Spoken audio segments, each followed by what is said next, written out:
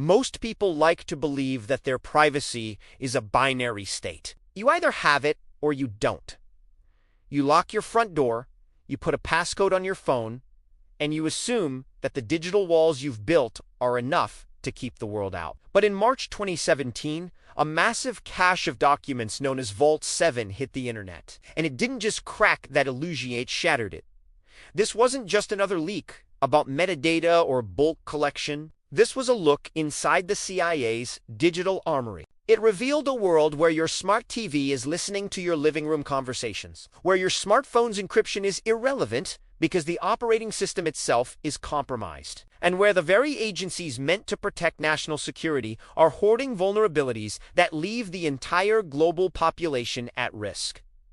This is the story of how the CIA lost control of its most dangerous hacking tools, and what that means for anyone who still thinks they are offline when they flip a switch. If the technical reality of nation-state hacking, how these tools are built, deployed, and hidden is something that fascinates you, then you're starting to see the world the way a developer or a security researcher does. You're beginning to realize that the user experience is just a thin veil over a complex, often violent struggle for data. But knowing that these tools exist is only the first step. If you want to actually understand the code behind them, how vulnerabilities are found, and how to defend against the next generation of exploits, you need a serious foundation. I've put together a resource called The Hacker's Blueprint. It's a 3-in-1 bundle covering Python, ethical hacking, and cybersecurity. It's designed to take you from a passive observer to someone who understands the architecture of the digital world.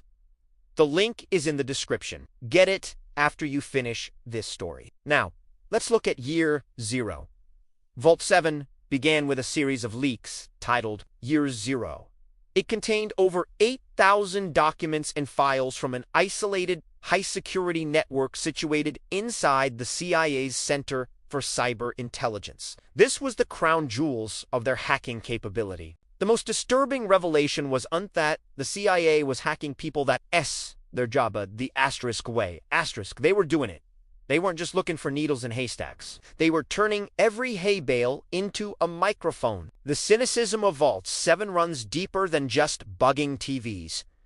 One of the most technically revealing parts of the leak was the existence of the Umbrage Group. This is a specialized unit within the CIA that doesn't just write its own malware. It collects a library of attack techniques from other hackers, including those from Russia, China, and North Korea. When the CIA wants to execute a cyber attack, they don't always use a CIA-style exploit. They can reach into the Umbrage library and use code snippets that mimic the fingerprints of other nation-states. This makes attribution the process of figuring out who attacked virtually impossible. If a hack looks like it came from a Russian group called Fancy Bear, was it actually Russia, or was it a CIA operative using Umbrage tools to leave a false trail? In the world of digital espionage, the whodunit question has become a hall of mirrors, where the truth is whatever the most skilled coder wants it to be. Then there is the issue of mobile devices. We are told that apps like Signal and WhatsApp are secure because they use end-to-end encryption, and they are mathematically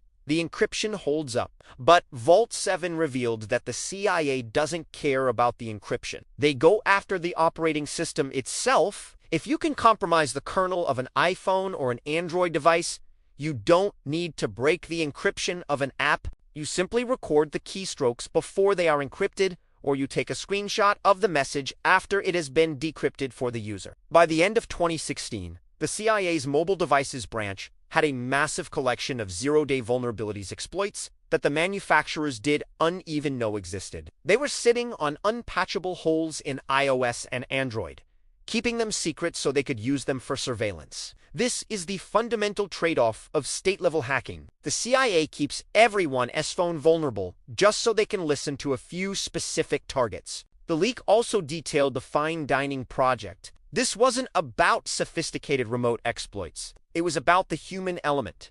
It provided CIA field agents with a set of tools to use when they had physical access to a computer. The agent would carry a specialized USB drive, and under the guise of showing a video or a presentation, they would run a script. This script would look for specific files, browser histories, and even record what was happening on the screen, all while appearing to be a harmless instance of VLC media player or a Skype update. The malware would hide itself within legitimate DLL files, a technique called DLL hijacking. To the average computer user, nothing was wrong. To the OS, everything looked like it was running a standard, signed application. This is the no-fluff reality of hacking.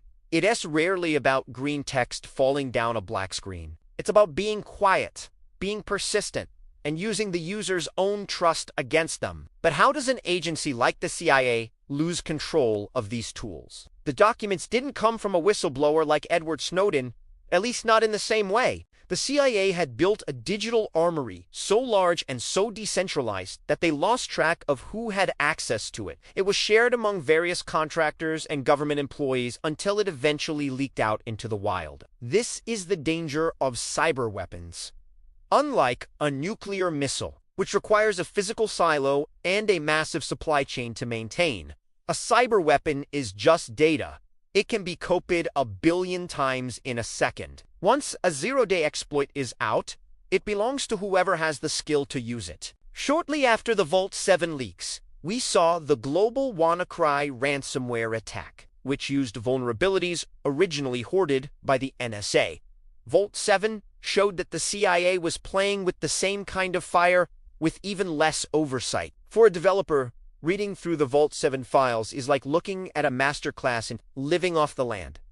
The CIA didn't always build massive, bloated software. They built small, modular, and extremely efficient tools. They used Python for rapid prototyping of exploits. They used C and C++ for low-level system access. They understood exactly how a hard drive S controller works and how to hide data in sectors that the operating system doesn't even see. They understood that the best way to hide a file isn't to encrypt it, but to make it look like a boring system log that no one would ever bother to check. This mindset, the ability to look at a system and see not what it's supposed to do, but what it can be forced to do, is the core of the hacker's spirit. The scale of the leak was staggering. It covered everything from Highrise, a tool for intercepting SMS messages on Android, to Sonic Screwdriver, a way to infect a Mac's firmware via a Thunderbolt 2 Ethernet adapter. No port was safe, no device was too small. They even had a project called Starkey, which targeted vehicle control systems. Imagine a world where a nation-state doesn't need to cut your brake lines. They just need to send a packet to your car's internal network.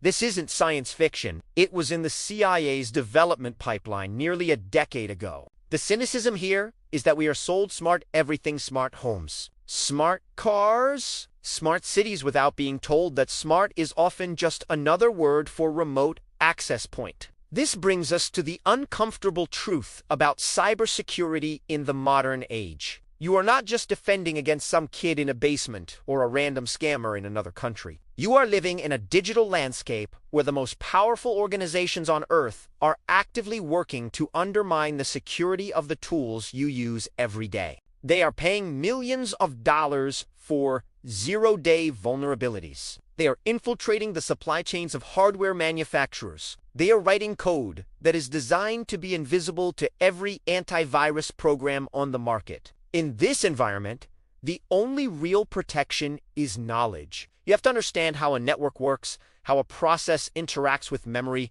and how data moves from point A to point B. If you're the kind of person who sees these leaks and thinks, I want to know how that works, then you have the right instinct. The world is built on these systems, and most people are just passengers. They use the apps, they buy the TVs, and they hope for the best.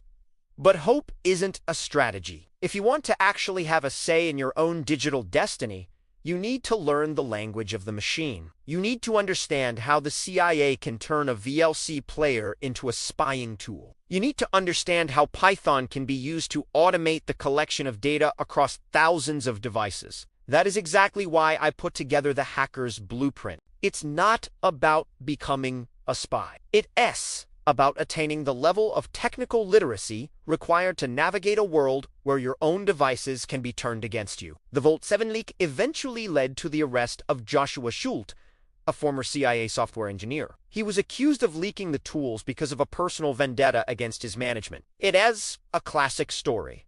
The most sophisticated digital security system in the world was defeated by a human being with a grudge. This is another fundamental rule of tech. The weakest link is always the person at the keyboard. Whether it's an agent using a USB drive or a developer leaking a database, humans are the variable that code cannot fully control. But while Schultz went to jail, the tools he licked, or at least the concepts behind them, are now part of the public domain. Every hacker in the world has studied the Vault 7 files. They've seen how the pros do it, and they've adapted those techniques for their own ends.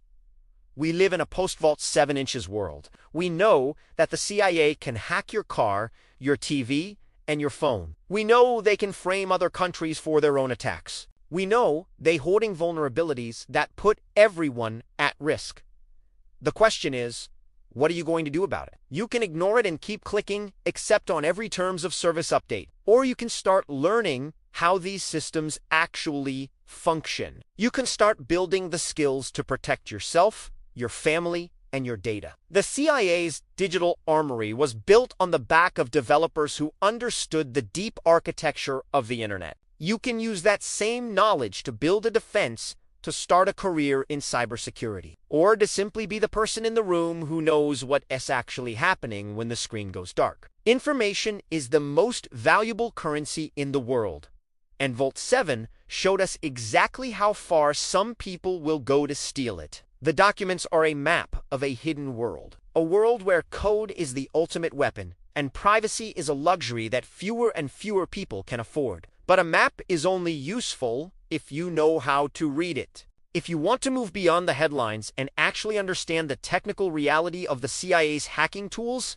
you have to do the work. You have to learn the languages, the protocols, and the mindset. The Hacker's Blueprint bundle is your starting point. It takes you through Python, the language of the CIA's own prototyping tools. It takes you through ethical hackandi ability to think like an attacker so you can build better defenses. And it takes you through cybersecurity, the fundamental principles of keeping data safe in a hostile environment. Don't be a victim of the next leak. Be the person who understands why it happened and how to mitigate the risk. The link is below. Invest in yourself, because in the digital age, your skills are the only thing that nobody can flip a switch on. As we look toward the future, the lessons of Vault 7 are more relevant than ever. With the rise of AI-driven hacking and the expansion of the Internet of Things, the attack surface is only getting larger. The CIA's armory from 2017 would look primitive compared to what they likely have today. But the core principles remain the same. It's still about persistence. It's still about finding the one hole in the wall, and it's still about staying hidden. The game hasn't changed. The stakes have just gone up. Stay cynical, stay curious, and most importantly, stay coding. The more you know, the harder you are to hack. Thanks for watching, and I'll see you in the next one. If you're still using that 2013 Samsung TV, maybe it's time to pull the plug.